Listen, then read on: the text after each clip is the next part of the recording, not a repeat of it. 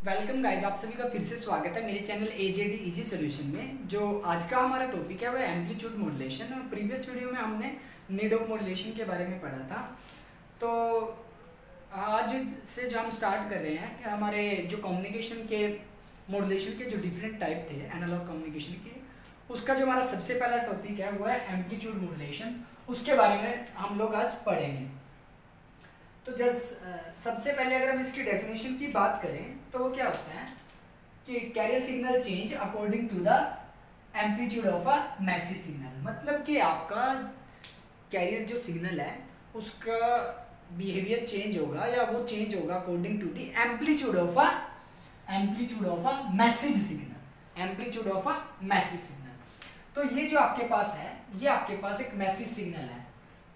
इसको आप XT से हमने इसको डिनोट किया है। और ये जो आपके पास सिग्नल है CT, ये आपका कैरियर सिग्नल है। इसका जो एम्पलीट्यूड है वो AM है और इसका जो एम्पलीट्यूड है वो AC है। अब हम बात करते हैं इसकी। ये क्या है? ये है आपका मॉड्यूलेटिंग सिग्नल।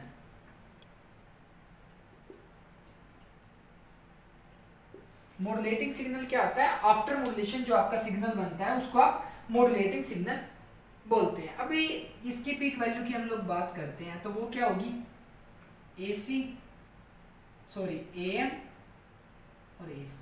तो क्या हो जाएगा? AC प्लस में AM।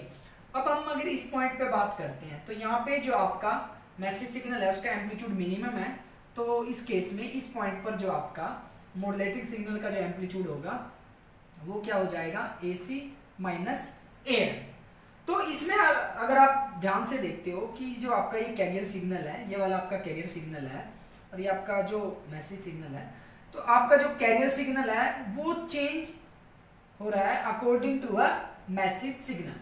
जैसे जैसे मैं जो आपका मैसेज सिग्नल है उसका एम्पलीट्यूड चेंज हो रहा है तो उसके अकॉर्डिंग जो आपका कैरियर सिग्नल है वो भी चेंज हो रहा है। और डेफिनेशन में भी हमें यही बात बोली गई थी कि कैरियर सिग्नल चेंज होता है according to amplitude of a message signal. तो जैसे जैसे इसके एम्पलीट्यूड में चेंज आया वैसे वैसे कैरियर के भी एम्पलीट्यूड में चेंज आएगा। तो अगर अब हम इसकी मैथमेटिकल एक्सप्रेशन या मैथमेटिकल कंपोनेंट की बात करते हैं तो वो देखते हैं कि आपका जो फाइनली आफ्टर मॉड्यूलेशन क्या क्या कंपोनेंट हमें मिलते हैं। तो आपके पास जो सबसे पहले है मैसेज सिग्नल XT गिवन है। XT is equal to AM sine omega MT। और जो कैरियर सिग्नल है CT वो है आपका AC साइन ओमेगा CT। अब हम बात करते हैं मॉड्यूलेटिंग सिग्नल। तो मॉड्यूलेटिंग जो सिग्नल है आपका वो क्या होगा?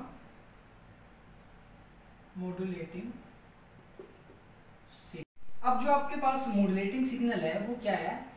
YT is equal to A' sine omega CT।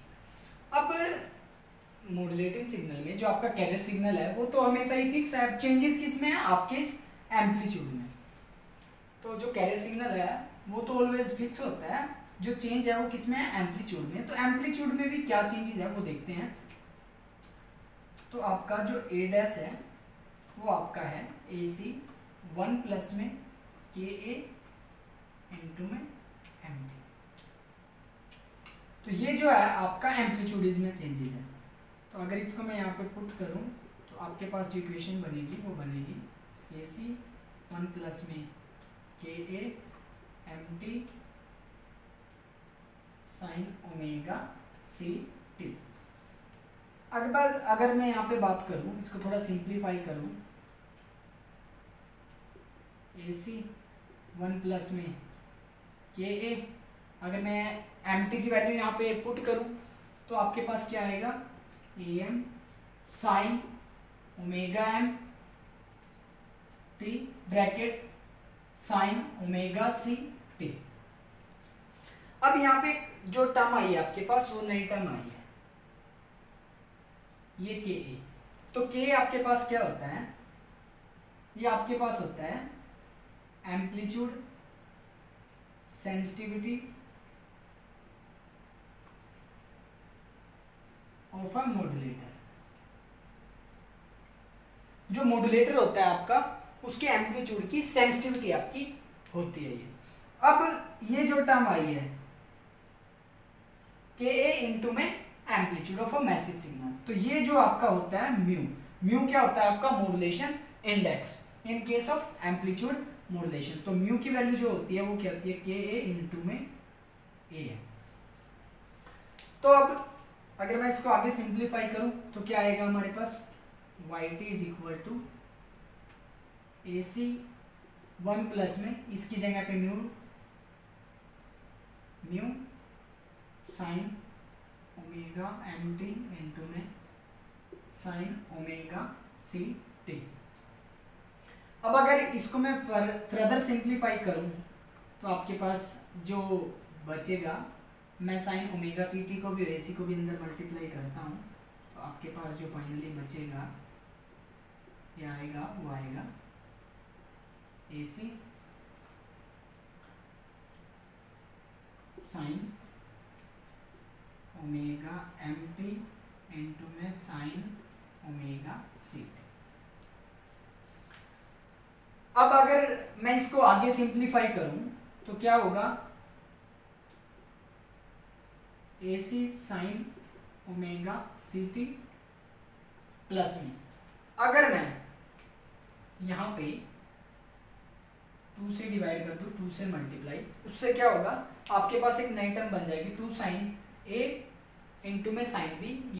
अब अगर इसको यहां से सिंप्लीफाई करें तो आपके पास क्या आएगा A C sine omega C T plus half omega A C cos, इसका फॉर्मूला क्या आता है ओमेगा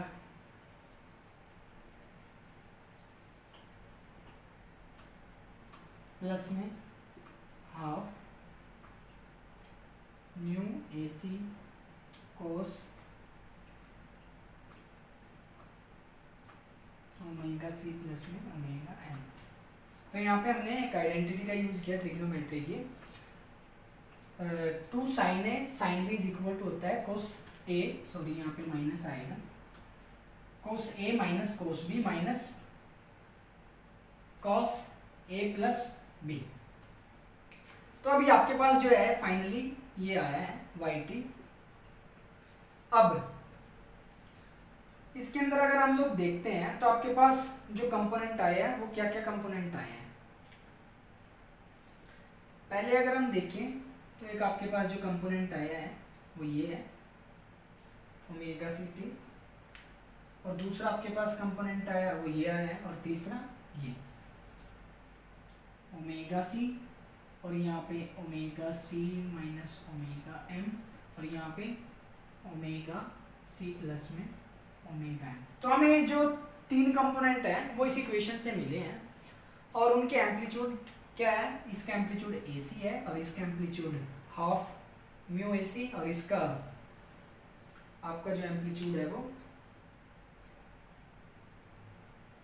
1/2 म्यू ए सी। तो अभी अगर हम इसका फ्रीक्वेंसी रिस्पांस ड्रॉ करें तो क्या आता है वो देखते हैं। अगर इसका फ्रीक्वेंसी रिस्पांस ड्रॉ करें तो वो होगा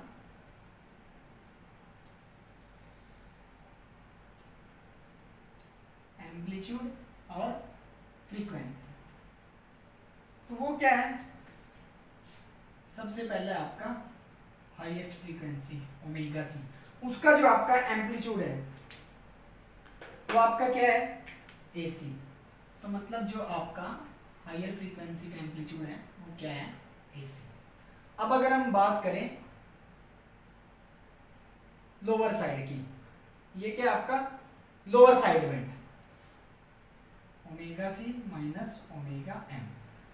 तो यहाँ पे अगर हम बात करें इसका जो एम्पलीट्यूड है वो कितना है हाफ म्यू ए सी। ऐसे ही जो आपका अपर साइड बैंड है, जो आपका थर्ड कंपोनेंट आया था, उसका भी जो एम्पलीट्यूड है वो क्या है half A C mu A C.